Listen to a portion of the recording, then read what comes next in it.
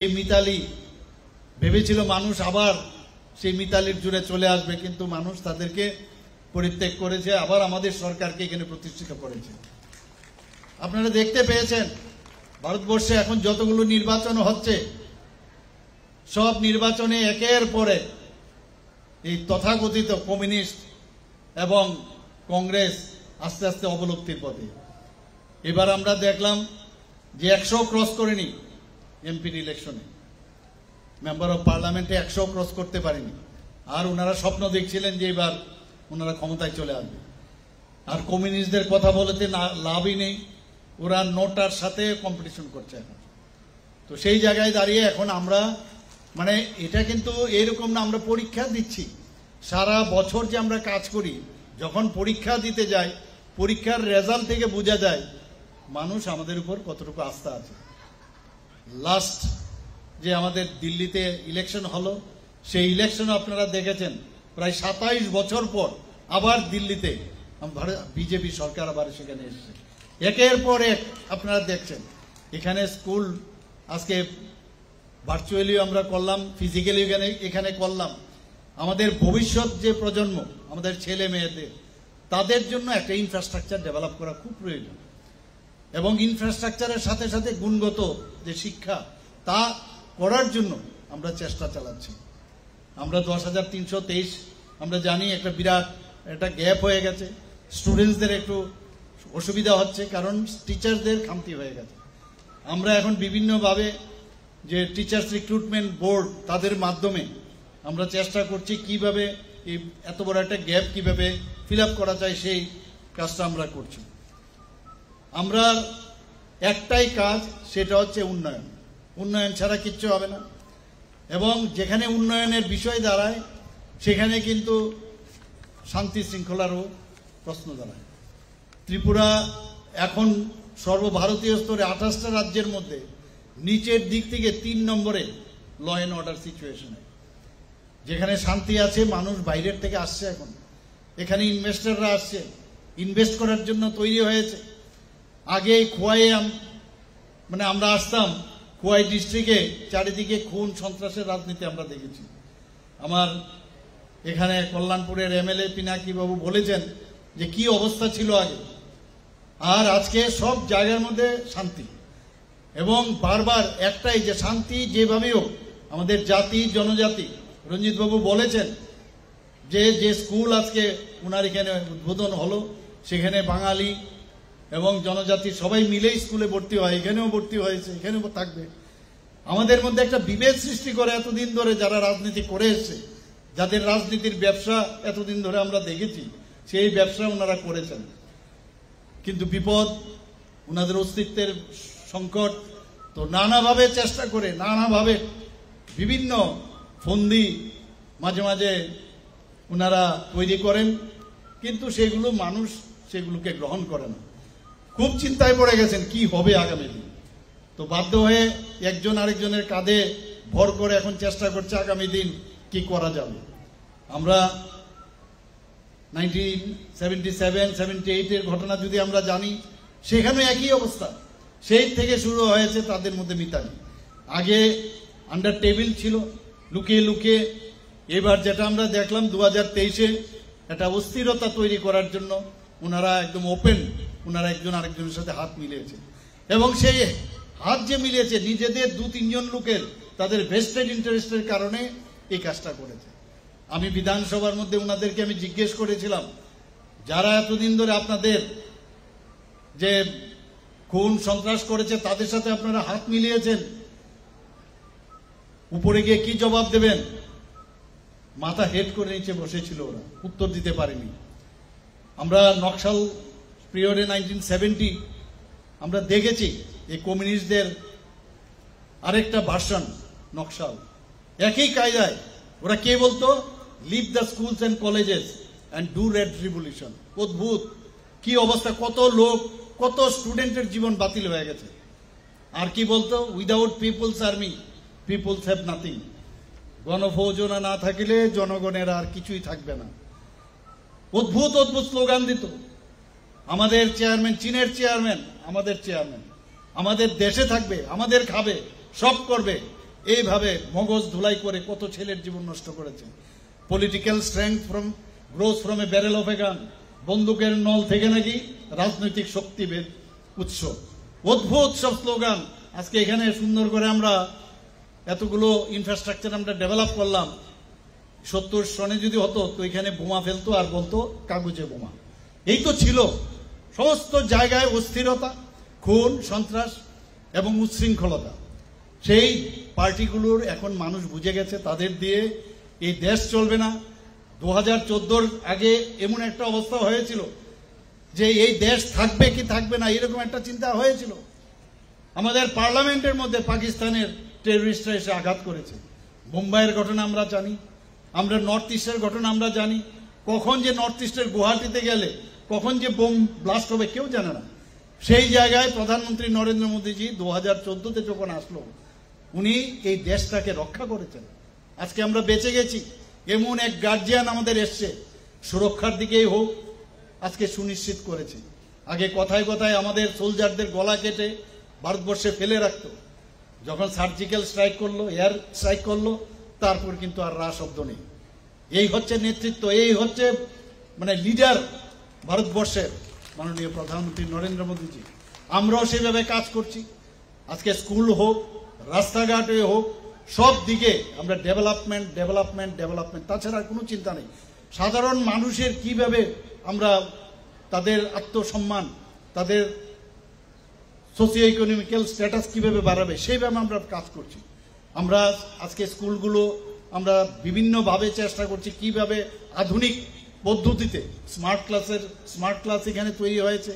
Smart ক্লাসের সংজ্ঞা আগের যারা চালিয়েছেন তাদের কাছে স্মার্ট ক্লাস সম্পর্কে কোনো আইডিয়াই ছিল না।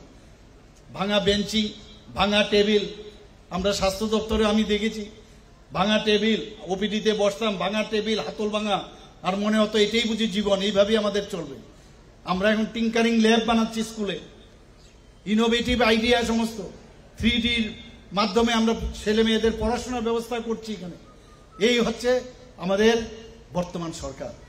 আমরা চাই যে আমাদের ছেলে মেয়েরা এখান থেকে IAS অফিসার হোক, আমাদের ছেলে মেয়েরা এখান থেকে ইঞ্জিনিয়ার হোক, ডাক্তার হোক, আমাদের এখান থেকে ছেলে মেয়েরা গিয়ে রকেট তৈরি করবে, সেই রকম আমরা চিন্তা ভাবনা করছি।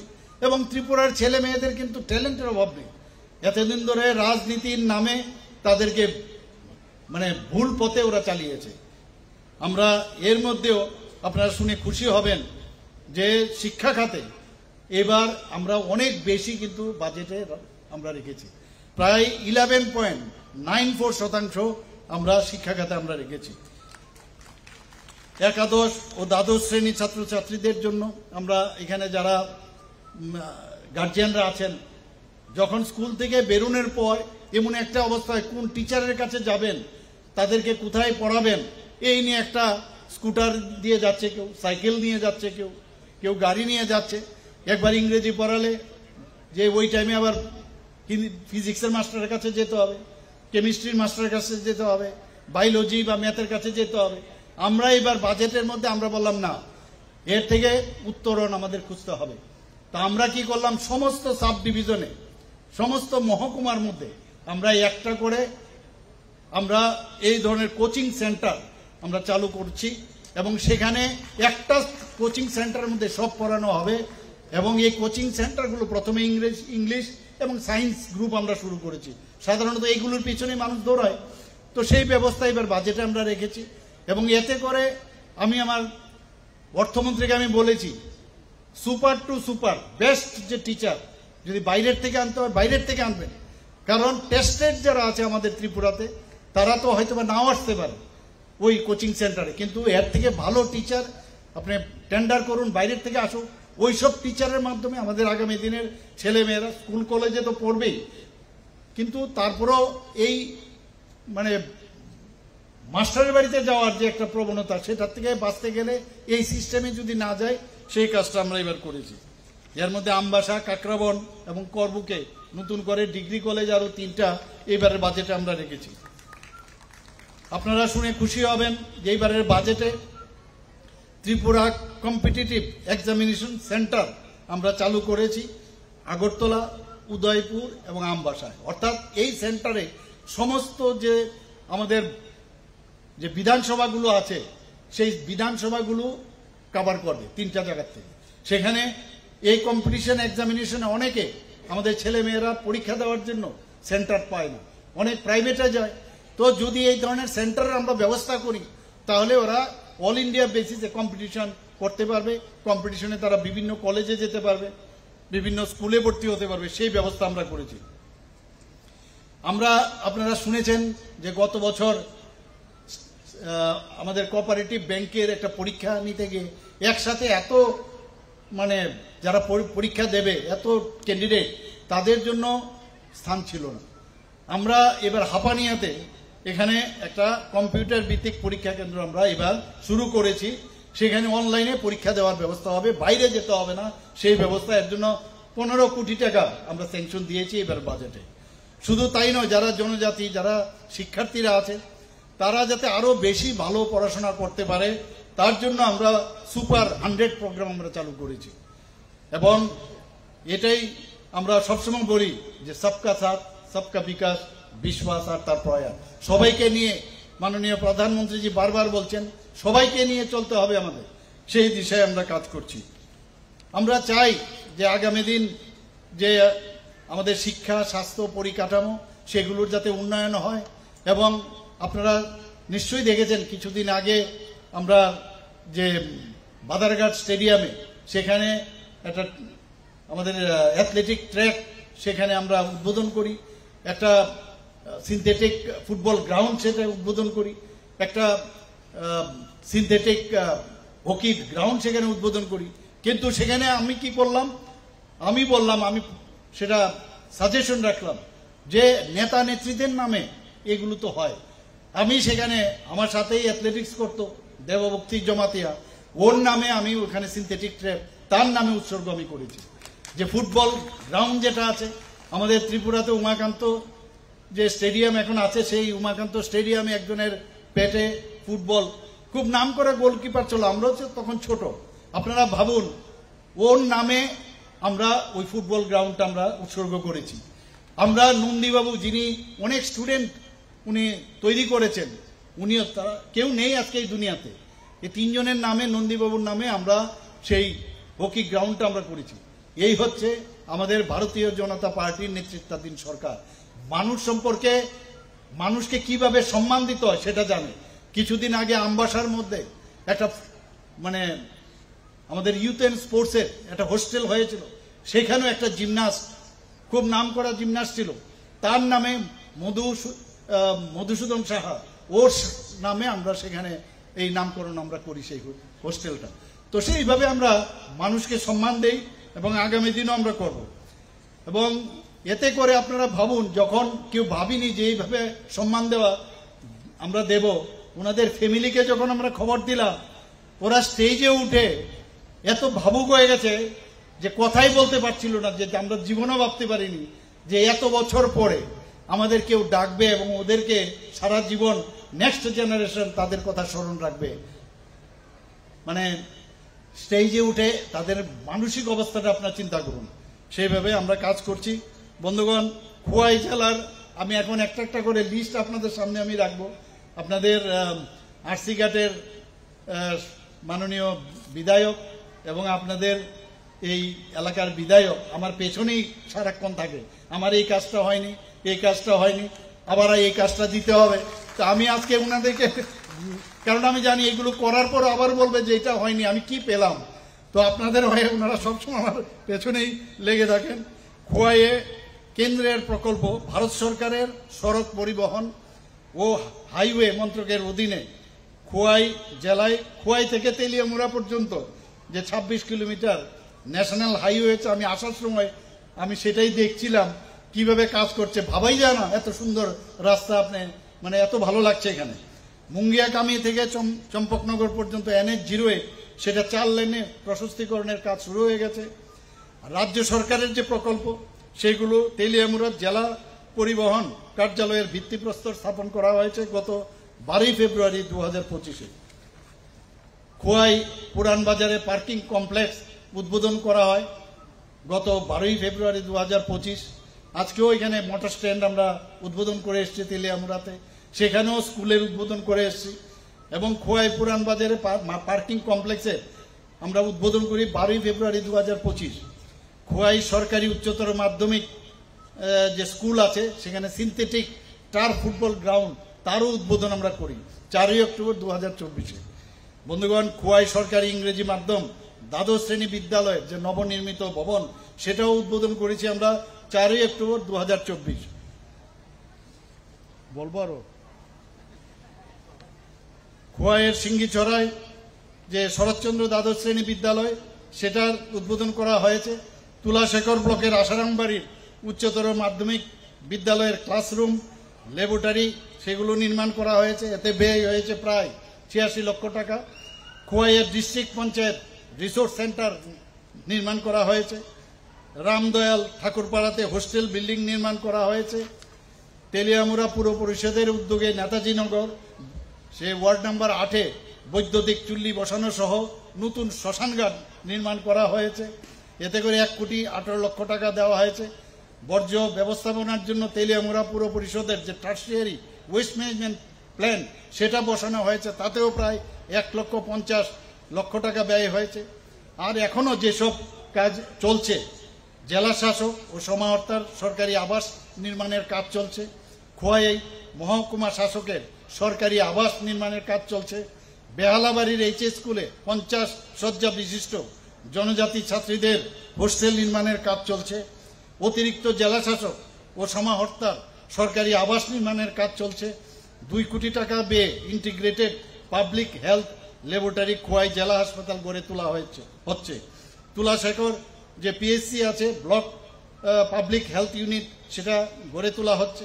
জেলা শাসক অফিস সংলগ্ন সার্কিট হাউস নির্মাণ করা হচ্ছে। বন্ধুগণ, আর কিছু বলবো না, আর এখানেই থেমে যাব। আমি বলবো না, বলুন। আর বলছি না, আরেকবার এসে বলতে হবে, সব শেষ হয়ে গেলে কি করে হবে, নতুন নতুন আরো হবে, নিশ্চয়ই বলবো। এবার 2025-26-এ এই যে আমাদের সরকার, এই ভারতীয় জনতা পার্টি এবং আইপিএফটি এবং মোথার যে সরকার, আমরা বাজেটে আমরা কি রেখেছি, সেইগুলো আমার মনে হয় কয়েকটা আপনাদের সামনে বলা উচিত। মুখ্যমন্ত্রী শস্য শ্যামলার যোজনা আমরা এনেছি, যাতে এই শস্য শ্যামলার যেটা বলছি, যাতে তার যে উচ্চ ফলনশীল জাত তৈরি হয়, কোয়ালিটি এবং কোয়ান্টিটি দুটো মিলে তার যাতে মানে ফলন হয়, সেই জন্য একটা মুখ্যমন্ত্রী শস্য শ্যামলা যোজনা আমরা রেখেছি। মুখ্যমন্ত্রী বালিকা সমৃদ্ধি যোজনা আপনারা নিশ্চয়ই শুনেছেন, আর যারা শুনেননি আমি আপনাদের সামনে সেটা রাখতে চাই, যে ত্রিপুরার যারা পার্মানেন্ট রেসিডেন্ট, যারা ত্রিপুরার পার্মানেন্টলি থাকেন, তাদের অন্তর্দয় পরিবারে যদি কোনো কন্যা সন্তান হয়, তার জন্য এই সরকার 50,000 টাকা ফিক্সড ডিপোজিট রাখবে, এবং যখন তার 18 বছর হবে, সেই পুরো সুদ সমেত, সেটা 8 লক্ষ হতে পারে, 10 লক্ষ হতে পারে, সেই টাকা ওকে দেওয়া হবে। তাতে করে কি হবে, সেই টাকা তার আগামী দিনে পড়াশোনার কাজে আসবে, এবং বা বিয়ের যদি বিষয় দাঁড়ায়, সেখানে বিয়ের জন্য সেই খরচ করা হবে। যদিও আরেকটা প্রকল্প আমাদের আছে বিয়ের জন্য, মুখ্যমন্ত্রীর scheme for mentally challenge person. আপনারা নিশ্চয়ই জানেন, আমাদের অনেক বাড়িঘরে যারা মানসিকভাবে তাদের সমস্যা, তাদের সম্পর্কে মানুষ কিন্তু কোনোদিন চিন্তা করেনি। অনেকে ভাবে যে আমি যদি চলে যাই, মা বাবা ভাবে আমি যদি চলে যাই, তো আগামী দিন আমার ছেলে বা মেয়ের কে দেখবে। আমরা ঠিক করেছি, আমরা তাদের জন্য 5,000 টাকা করে প্রতি মাসে তাদের জন্য আমরা গ্র্যান্ট দেব, যাতে আগামী দিন মা বাবার চিন্তা না হয় যে আমার ছেলে মেয়ে এই তাদের যাতে সমস্যা বার্ডেন না হয়, সেই ব্যবস্থা আমরা করছি। মুখ্যমন্ত্রী কন্যা বিবাহ যোজনা একটা করেছি, সে একই, যেখানে অন্তর্দয় ফ্যামিলির একজন যিনি কন্যা, তার জন্য আমরা 50,000 টাকা তার বিয়েতে এই আমাদের সরকার তার জন্য খরচ করবে, এবং প্রয়োজনে প্রতিটা মহকুমায় গণবিবাহের আয়োজন আমরা করব। বন্ধুগণ, আমাদের অনেক ছেলে মেয়েরা আছে বাইরে, যারা আর্মিতে, ডিফেন্সে, বিভিন্ন সিআরপিএফ, বিএসএফ এ কাজ করে, কোনো কারণে দেশকে বাঁচাতে গিয়ে, দেশ রক্ষার্থে তারা কিন্তু অনেক সময় শহীদ হন, মৃত্যুবরণ করেন। তাদের ছেলে মেয়েদের যারা অলরেডি অ্যাডাল্ট, তাদের জন্য আমরা এইবারের বাজেটে রেখেছি। তাদের আমরা একটা মানে বেনিফিট, ফাইন্যান্সিয়াল বেনিফিট দেওয়ার, সেটাও আমরা এই বছর থেকে আমরা 2025-26 অর্থ বছরে আমরা রেখেছি। বন্ধুগণ, আমরা চোখের সমস্যা আমরা জানি অনেক সময়, ঠিক আছে, আমরা এখানে মধ্যে প্রায় আগরতলা গভর্নমেন্ট মেডিকেল কলেজে 9টা সুপার স্পেশালিটি আমরা শুরু করেছি। কিডনি ট্রান্সপ্লান্ট হয়েছে, আগামী দিনে আমরা এখানে লিভার ট্রান্সপ্লান্টের চিন্তা ভাবনা করছি, আরো অনেক জিনিস আমরা চিন্তা করছি, বোন ম্যারো ট্রান্সপ্লান্টের চিন্তা ভাবনা করছি। কিন্তু চোখের জন্য একটা এক্সক্লুসিভ, চোখের জন্য একটা হসপিটাল 100 বেডের আগরতলাতে আমরা তৈরি করছি, যাতে করে তাদের চোখের জন্য বাইরে না যেতে হয় এবং চোখের যা উন্নত মানের যা চিকিৎসা হবে সেখানে সেটা হবে। এবং আপনারা ভারত মাতা ক্যান্টিন কামস শেল্টার, আপনারা এটা নিশ্চয়ই শুনেছেন, হয়তো অনেকে শুনেছেন, হয়তো অনেকে শুনেননি। আগরতলায় যায় অনেকে অনেক কাজে, সেখানে স্বাস্থ্যের জন্য যেতে পারে বা অন্য কাজে ব্যবসা কারণেও যেতে পারে। সেখানে গিয়ে অনেক সময় আটকে পড়ে যে এখন বাড়িতে আসবো, দূর দূরান্ত থেকে আসে, তাদের থাকার জন্য এই যে প্রকল্প আমরা করেছি ভারত মাতা ক্যান্টিন কাম নাইট শেল্টার, রাত্রিবেলা থাকার ব্যবস্থা আমরা সেখানে করছি এবং কম পয়সায় ওরা যাতে খেতে পারে সেই ব্যবস্থা আমরা এবারের বাজেটে আমরা করেছি। আপনারা জানেন যে আগরতলা শহরে যানজট খুব সমস্যা, এবং যেখানে যেখানে যানজট হচ্ছে যাতে আরো ফ্লাইওভার আমরা তৈরি করতে পারি, আমরা অনেকগুলো ফ্লাইওভারের চিন্তা করছি। তা আগরতলা আমরা এখানে একটা ফ্লাইওভার আমরা মানে এখানে শুরু করার আমরা চিন্তা ভাবনা করছি, আর একটা হচ্ছে উদয়পুরে। তো দুটো ফ্লাইওভার হবে। বাদারঘাট যে স্পোর্টস কমপ্লেক্স, যেটা আমি কিছুক্ষণ আগে বললাম যে ইনোগ্রেশন করে আসছি, কিন্তু ওখানে তো অনেক স্টুডেন্ট থাকবে, তাদের বাসস্থানের দরকার, হোস্টেল প্রায় 200 শয্যা বিশিষ্ট স্পোর্টস হোস্টেল সেখানে নির্মাণ করা হবে। জিমনাসিয়াম প্রায় 50টা জিমনাসিয়াম সারা ত্রিপুরাতে, যাতে আরো জিমনাসিয়াম অনেকগুলো হয়েছে, আরো জিমনাসিয়াম যাতে তৈরি হয় সেটাও এবার আমাদের বাজেটে আমরা রেখেছি। আগরতলা ভুলাগিরি আশ্রমের যে উল্টো সাইডে বিরাট একটা জায়গা আছে, সেখানে আমরা আন্তর্জাতিক মানের ইন্টারন্যাশনাল যে স্ট্যান্ডার্ড সুইমিং পুল, প্রাকৃতিক ফুটবল মাঠ, মাল্টি পারপাস স্পোর্টস হল, সেটার আমরা এই বাজেটে আমরা রেখেছি। এখানে চিফ মিনিস্টার রাবার মিশনের আওতায় আমরা 3টে 100 শয্যা বিশিষ্ট জনজাতি হোস্টেল আমরা স্থাপন করব, 50 শয্যা বিশিষ্ট 7টি এসটি হোস্টেল আমরা নির্মাণ করব। বন্ধুগণ, মাননীয় প্রধানমন্ত্রীজি বারবার আমাদের যখন মিটিং হয় উনি বলছেন যে যেসব জায়গায় আমাদের থানাগুলো আছে, পুরনো থানা হয়ে গেছে, এই থানাগুলো এখন অনেক সময় পুরনো হওয়ার সুবাদে এগুলোর কাজ করতে অনেকের অসুবিধা হয়, সেগুলো ভেঙে যাতে ভার্টিক্যালি উপরের দিকে যাওয়া যায়। তো সেই কথা মাথায় রেখে আমরা কয়েকটা এর মধ্যে থানা আমরা ঠিক করেছি, যে পশ্চিম আগরতলা থানা, পূর্ব আগরতলা থানা, বিলুনিয়া থানা, বাইখোরা থানা, বাগবাসা থানা, মধুপুর থানা, এই ডেমোলিশ করে নতুনভাবে আমরা সেখানে বিল্ডিং করব এবং উপরে থাকার ব্যবস্থাও থাকবে। অর্থাৎ নিচে যারা পুলিশে কর্মরত থাকবে তারা নিচে কাজ করবে, আবার বাড়িতেও তাকে কল দিয়ে নিয়ে আসতে হবে না। সেই যে কথা মাননীয় প্রধানমন্ত্রী, সেই কাজটা আমরা করছি। ফায়ার স্টেশন সম্পর্কে প্রায় বিধানসভার মধ্যে বলতে হয়, বিভিন্ন জায়গায় এই ফায়ার স্টেশন আমরা নতুনভাবে আবার তৈরি করছি, নতুন বিল্ডিং তৈরি করছি। জল জীবন মিশন খুব ইম্পর্টেন্ট, জলই জীবন। আমি রাস্তা দিয়ে যখন আসছিলাম তখন দেখছিলাম যে জল জীবন মিশনের একটা অফিস। তো আমাদের ত্রিপুরাতে আমাদের সরকার 2018-তে আসার আগে জল জীবন মিশন তার পার্সেন্টেজ কত ছিল, প্রতিটা ঘরে জল কত দিয়েছিল, মাত্র 3%। আর সেই জায়গায় এখন আমরা 85% মানুষের কাছে নলসের জল আমরা দিচ্ছি। আমার কাছে মাঝে মাঝে খবর আসে এমন জায়গায় নল আছে কিন্তু জল নেই। তো জলের উৎস দেখতে হবে। বহু জায়গার মধ্যে বিশেষ করে পাহাড়ি এলাকায় জলের স্তর মাটির নিচে নেই, যার জন্য ওখানে ইনোভেটিভ আইডিয়ার মাধ্যমে ক্যাচ দ্য রেইন, এই যে বৃষ্টি হলো, এই বৃষ্টিকে মজুত করে যেখানে আমাদের ছোট ছোট নালা আছে তাকে পরিশ্রুত করে বিভিন্ন জায়গায় ইনোভেটিভ আইডিয়ার মাধ্যমে আমরা জল সংরক্ষণ করে, যেখানে পাহাড়ে যারা থাকেন তাদের জন্য আমাদের এই যে 85% আছে, 15% আগামী বছরের মধ্যে সেটাও আমরা সম্পূর্ণ করব আশা করি। বন্ধুগণ, প্রধানমন্ত্রী জন আরোগ্য যোজনার কথা যদি বলি, আমরা তো কোনোদিন ভাবিনি যে এত বড় একটা যোজনা, 5 লক্ষ টাকা করে প্রতিটা ফ্যামিলির, 5 লক্ষ টাকা করে প্রতি বছর, এত বড় যোজনা পৃথিবীর কেউ করেনি, সেটা মাননীয় প্রধানমন্ত্রীজি করেছেন। এতে করে আমাদের ত্রিপুরাতে আমাদের 100% স্যাচুরেশন পয়েন্ট এসছে। আমাদের যে টার্গেট ছিল প্রায় 15 লক্ষ, সেটা কিন্তু স্যাচুরেশন এসছে। কিন্তু এর মধ্যে ক্যাপিং আছে, সবাইকে দেওয়া যায় না। তো আমরা ঠিক করলাম মুখ্যমন্ত্রী জন আরোগ্য যোজনা আমরা শুরু করব, সেটাও আমরা করলাম। মুখ্যমন্ত্রী জন আরোগ্য যোজনায় সেই 5 লক্ষ পার ফ্যামিলি আমরা সেইভাবে প্রতি ফ্যামিলিতে আমরা করব 5 লক্ষ যে সুরক্ষা সেটা থাকবে। তো সেইভাবে আমরা মুখ্যমন্ত্রী জন আরোগ্য যোজনা শুরু করেছি। এখন পর্যন্ত প্রধানমন্ত্রী জন আরোগ্য যোজনায় যে 222 কোটি টাকা এখন পর্যন্ত দেওয়া হয়েছে বন্ধুগণ। আমাদের PM সূর্যঘর মুফত বিজলি যোজনা, সেটাও এখানে শুরু হয়েছে, খুবই ভালো এই যোজনা। আপনার বিজলি বাঁচত হবে এবং এই সূর্যের কিরণ থেকে আপনি বিজলি তৈরি করবেন, এক্সেস থাকলে আপনি বিক্রিও করতে পারবেন, এইরকম যোজনা এখানে ত্রিপুরাতে এখন শুরু হয়েছে। প্রায় 12,000-এর উপরে, প্রায় 13,000-এর মতো অলরেডি রেজিস্ট্রেশন করেছে। এখানে যারা আছেন আমি আপনাদেরকে বলবো, এই যে যোজনাটা করেছে আপনারাও চেষ্টা করুন এটাকে কিভাবে নিজের বাড়িতে লাগাবেন। প্রধানমন্ত্রী আবাস যোজনা যেটা আরবান আছে, সেখানেও প্রায় আমাদের এই 3,68,000 প্রধানমন্ত্রী আবাস যোজনা গ্রামে 3,68,000 যারা পাকা ঘর এই ত্রিপুরাতে এখন পর্যন্ত নির্মিত হয়েছে বন্ধুগণ।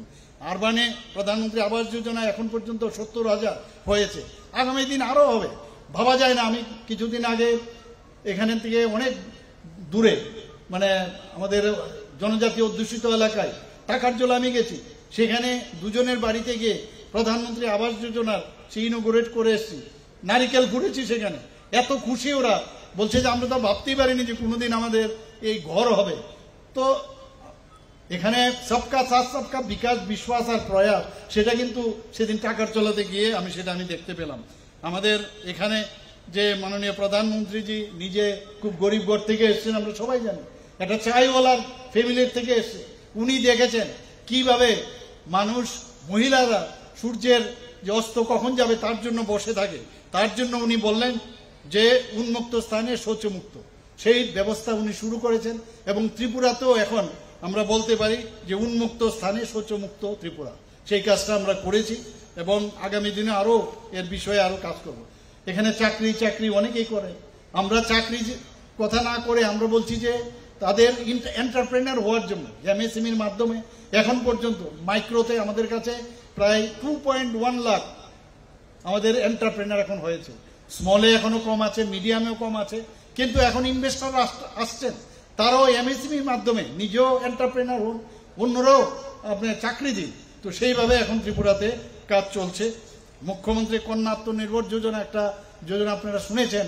এইবার আমরা কিছুদিন আগে অর্থাৎ 14ই মার্চ 2025-এ আমরা যারা আমাদের মেয়েরা আছেন, যারা 12th ক্লাস পাস করেছেন আপনার ত্রিপুরা বোর্ড থেকে এবং CBSE থেকে, তাদের 140 জনকে আমরা স্কুটি, বিনা পয়সায় স্কুটি ওনাদেরকে লাইসেন্স শুদ্ধ আমরা এবার দিয়েছি। এখানে GSTর কথা যদি আমরা বলি, স্টেট GST সারা নর্থ ইস্টের মধ্যে এখন আমরা কিন্তু GSTর দিক দিয়ে ত্রিপুরা দ্বিতীয় স্থানে আছে আসামের পরে। শুধু তাই নয়, আমাদের এখানে যে পার ক্যাপিটা ইনকাম ত্রিপুরাতে এখন সিকিমের পরে আমরা কিন্তু দ্বিতীয় স্থানে আমরা আছি পার ক্যাপিটা ইনকাম। অর্থাৎ আমাদের এখন ত্রিপুরাতে প্রায় 18,000 আমাদের এখানে যে তার যে পার্সেন্টেজ আমাদের অনেক বেশি, এই ত্রিপুরাতে আমাদের এই পার ক্যাপিটা ইনকাম বেড়েছে। বন্ধুগণ, আমরা আগে ছিলাম টপ পারফর্মার রাজ্য, এখন আমরা হয়ে গেছি front runner state north eastern রিজনের মধ্যে। আমরা চেষ্টা করছি এখানে যে আরও মানুষের জন্য কি কাজ করা যায়। ব্লাড ব্যাংক আপনারা জানেন, একটু আগে ব্লাড স্টোরেজ ইউনিটস সম্পর্কে এখানে ব্লাড যে ট্রান্সপোর্টেশন ভ্যান সেটা দুটো এখানে ইনোগ্রেশন করা হয়েছে এবং আমরা আগামী দিনে আরও যাতে ব্লাড কালেক্টিং ট্রান্সপোর্টেশন ভ্যান আরও তৈরি হয় সেই ব্যবস্থা আমরা করছি। এখানে ব্লাড ব্যাংক ত্রিপুরাতে প্রায় গভর্নমেন্ট লেভেলে 12টা আছে, 2টো প্রাইভেট লেভেলে আছে, আরও আমরা ইনক্লুডিং খোয়া এবং তেলিয়ামরা শুদ্ধ এখানে 12টা আছে। আগামী দিনে আরও ব্লাড ব্যাংক করা যায় কিনা অনেকে অ্যাপ্লিকেশন দিয়েছে, কারণ blood is very important for us. কাজে ব্লাড যদি মজুত না থাকে, অনেক সময় যারা ডাক্তারবাবুরা আছেন যখন অপারেশনে যান, ব্লাড যদি ব্যাংকে না থাকে সমস্যা হয়। আমরা জানি আমরা 4 রকমের ব্লাড আছে, কিন্তু যদি আমরা পজিটিভ এবং নেগেটিভ বলি তাহলে 8 রকমের আমাদের ব্লাড আছে। তো এই 8 রকমের ব্লাড যদি আমাদের মজুত না থাকে তাহলে সমস্যা। তো এখানে ব্লাড স্টোরেজ ইউনিটসও আছে আমাদের। এখন সেপারেশন, আগে যেমন যদি রেড ব্লাড কার্পোসেলের প্রয়োজন হয় সেপারেট করা যেত না, ডাব্লিউবিসি আলাদা করা যেত না, এখন সেপারেশন সেন্টারও আমাদের ত্রিপুরাতে অ্যাভেলেবল।